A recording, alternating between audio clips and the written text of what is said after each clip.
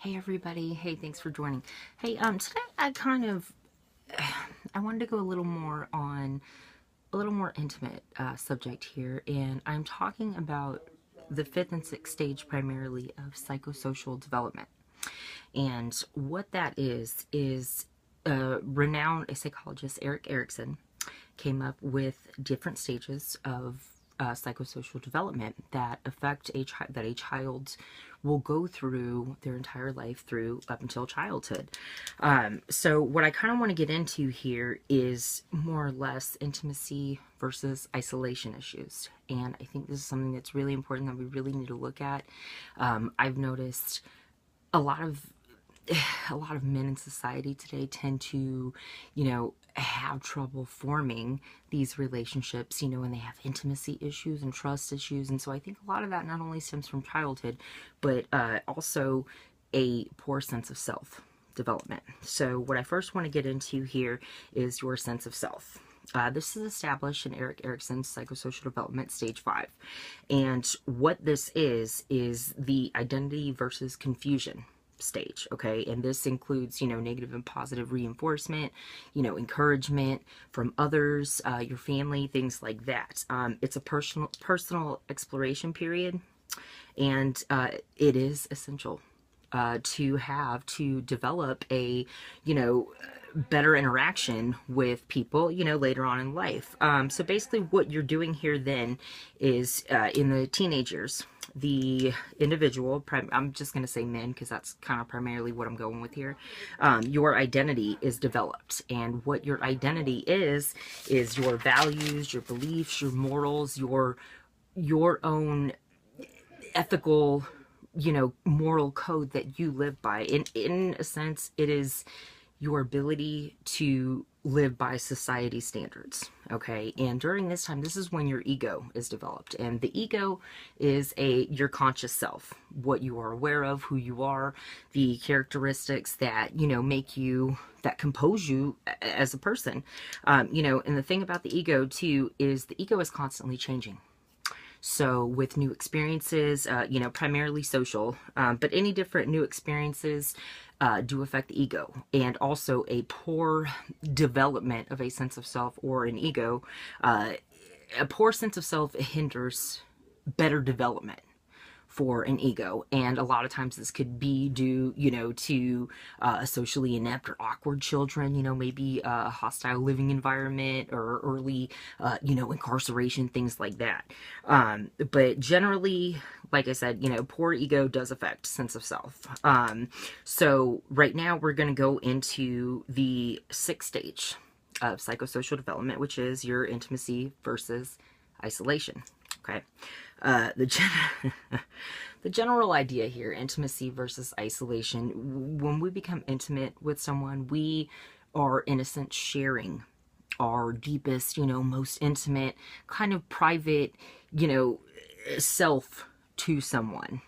And this is generally, in young adulthood, is kind of when this spawns. And this is more or less the ages of 19 through 40.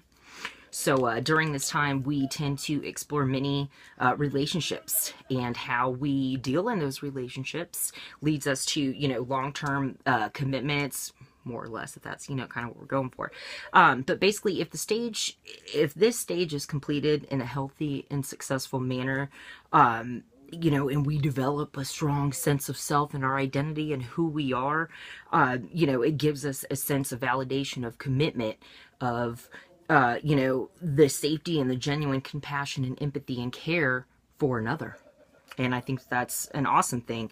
The problem with this is not everybody develops the certain amount. They don't develop all the skills necessary to become a better emotionally secure person later on in life. And with that, I'm talking about avoiding intimacy. Okay. Well, intimacy, the avoidance of intimacy generally stems from non-success of developing your own sense of self, your healthy, conscious, your ego, your mentality. And with that comes, fewer relationships. You have trouble establishing these relationships. Something like this, spawns fear of commitment. It it makes you feel isolated and lonely, and, you know, bouts of depression and things like that. So it can also kind of cause, you know, other other psychological issues, but I'm not going to get into that right yet.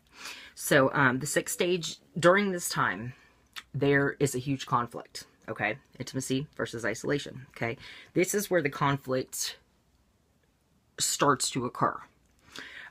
If we psychologically and emotionally develop the necessary skills, and we can develop, you know, our ego, our it, you know, and so on and so forth, but primarily right now our ego, we are built psychologically and emotionally prepared so we can go on, you know, through life, and we are set. And we have the skills necessary to maintain, you know, good, healthy personal relationships, you know, whether they be long-term or lifelong. You know, the problem with this is when we struggle with the skills necessary, psychological and emotional, you know, kind of skills, or we have all these emotions and we just don't know how to, you know, what to do with them or where they need to go. This tends to last all your life. This is a lifelong struggle that, you know, you will always have. Basically, it breaks down to this. Intimacy versus isolation. It's a psychosocial conflict of intimacy versus isolation. Okay, the major question here is, will I be loved or will I be alone? Okay, the basic virtue here that, you know, we have to realize is love. And the most important events during this time to help shape that are romantic personal relationships. Okay, so this in and of itself, plays a critical role in adulthood. This is very, very vital to how we mature emotionally, psychologically, romantically throughout life. So basically, I kind of break it down to what are intimate relationships. What is intimacy? Really, it's an intimate closeness of yourself that you are showcasing, presenting to someone else in hopes that they will be non-judgmental, you know, so on and so forth.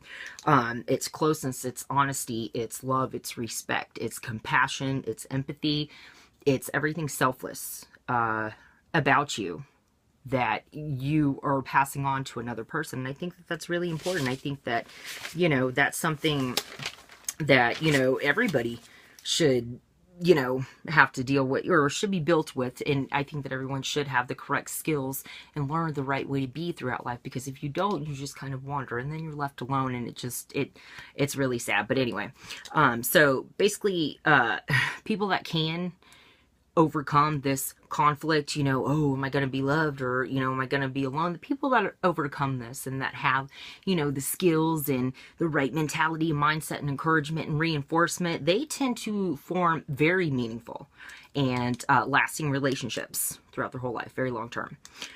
You know, they tend to be close, intimate, especially romantic relationships. They feel like there's no judgment, there's, you know, no distrust, there's no, you know, wrongdoing or anything like that. It's just a very healthy, very happy, you know, relationship. So the people that do not resolve this internal conflict, you know, whether or not, you know, they were given the correct skills, or whether or not they, you know, utilized the correct skills in order to form these relationships, what happens here is when they fail to do this, it's almost in a sense like they're failing themselves. And this here breeds, you know, loneliness. It breeds isolation. It produces, you know, depression, bipolar, long-term, you know, effects like that. These people tend to become closed. And I like that term because they tend to block or withhold, you know, their emotions and their feelings, because maybe they're not sure what to do with them, or if they're, you know, if I do this one way, is that going to be correct? And then sometimes they just, they're clueless, you know, it's kind of sad. But generally, rule of thumb, these people, these closed people will struggle their entire lives, especially with intimacy. And the main idea here is when you struggle with intimacy, ultimately, you continue to push that way, and that in turn leads to isolation. But the conflict here is the turning point. So after that, I just want to say that the lower your psychological and emotional building blocks and the skills and the qualities that you have to help you develop these skills. If you lack these, you're lacking a psychological and emotional capacity. Your skills and your potential to be able to interact with someone on that level has a very, very high failure rate. I mean, there's always, potential for growth, but it's usually not so good. The sense of competence, I really like this one. This is the next one. Sense of competence, in a sense, it motivates you, and it motivates your behaviors and your actions and your interactions, with people. And if you can master this quality, which is in the ego, the conscious self, by the way, this raises your sense of confidence, and it not confidence, competence, and it makes you feel, your sense of self goes up, and your worth, and you feel better about yourself all around. If you struggle with this and you have a poor sense of competence, it's not mastered. The conflict here that the person will struggle with in life later on is inadequacy. And, this causes insecurity. This causes, a mental confusion or breakdown of, who these people really are. So I just, kind of want to tie this up and say that, basically with these types of people that lack this skill, they tend to form two of these three type of relationships. There's three type of relationships that can be formed in life, and they are called the A, H, and M relationships, okay? A relationship, it's unhealthy. It's two codependent people that are leaning on each other to make that A so much that it collapses. Two codependents, doesn't really work. Okay, and then you have your H. Well, your H relationship is two independent people, highly independent. H, what happens? They fall back. It's too independent, okay? So that's very unhealthy. What we need here with our own sense of self to make a relationship work, to, go on through life and to have these healthy relationships would be the M relationship.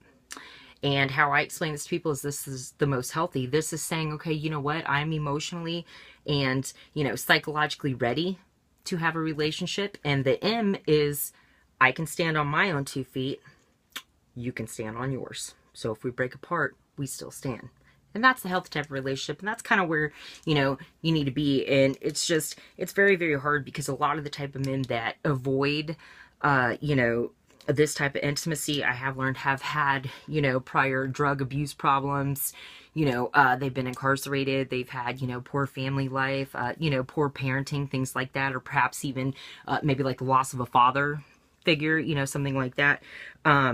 But basically, all in all, we need to develop a stronger sense of self. And if we can help give these tools to people and help them understand exactly, at what point in their life that, this is kind of the turning point. Let's start, not now, let's start early. Let's start in in infancy and toddlerhood. Let's start, the problems go back, like I said earlier, in another video, by the age of 5 or 6, you're pretty much built.